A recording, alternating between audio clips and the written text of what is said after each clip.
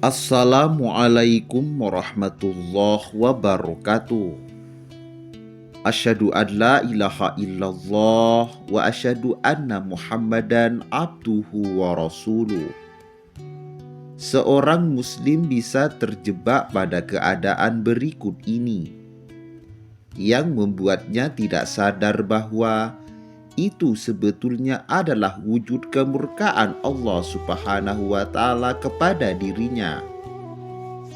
Abu Hurairah radhiyallahu anhu, Nabi Shallallahu alaihi wasallam bersabda, apabila Allah Subhanahu wa Ta'ala mencintai seorang hambanya, Dia memanggil Jibril bahwa sesungguhnya Allah Subhanahu wa Ta'ala mencintai si fulan, maka cintailah dia. Maka Jibril mencintai hamba itu. Lalu Jibril berseru kepada penduduk langit, sesungguhnya Allah mencintai si fulan, maka cintailah dia. Maka seluruh penduduk langit mencintai hamba itu.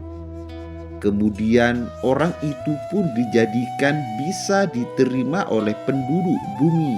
Namun sebaliknya, jika dia membenci seorang hamba, dia memanggil Jibril dan berkata bahwa Allah Subhanahu wa Ta'ala membenci hamba tersebut, jadi aku membencinya. Maka Jibril membencinya, lalu berseru kepada penduduk langit bahwa Allah Subhanahu wa Ta'ala membenci hamba itu. Maka mereka membencinya. Kemudian hamba tersebut dibenci oleh penduduk bumi.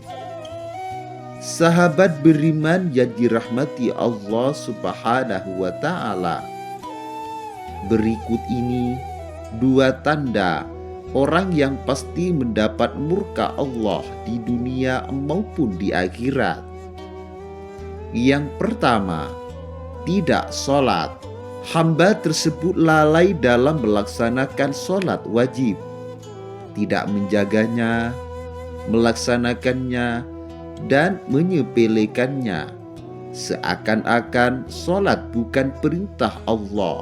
Allah Subhanahu wa Ta'ala akan murka kepada orang yang tidak sholat. Bukan hanya itu, hak-hak Allah dan hamba-hambanya pun lenyap terhadap orang tersebut.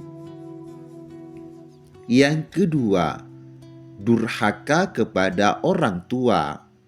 Durhaka kepada orang tua termasuk dalam kategori dosa besar.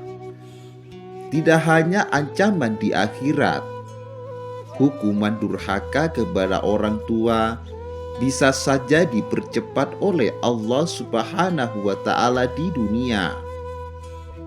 Setiap dosa akan ditangguhkan oleh Allah hukumannya menurut kehendaknya sampai hari kiamat, kecuali hukuman akibat durhaka kepada kedua orang tua, karena sesungguhnya Allah akan menjegerakan siksaan kepada si pelaku sejak masih hidup sebelum matinya.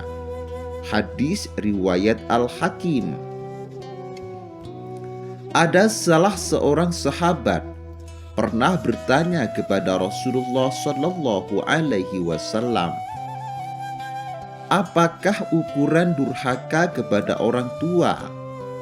Rasulullah Shallallahu alaihi wasallam bersabda, ketika mereka menyuruh ia tidak mematuhi mereka, ketika mereka meminta ia tidak memberi mereka, jika memandang ia tidak hormat kepada mereka sebagaimana hak yang telah diwajibkan bagi mereka. Hadis riwayat Mustadrak Al-Wasail. Maka dari itu, marilah kita semua saling mengingatkan sesama muslim pentingnya mengerjakan sholat dan pentingnya menghormati orang tua kita. agar kita tidak termasuk orang yang dimurkai dan dilaknat oleh Allah Subhanahu wa Ta'ala di dunia dan akhirat. Demikian kajian kali ini. Semoga bermanfaat dan barokah bagi kita semua. Wassalamualaikum warahmatullahi wabarakatuh.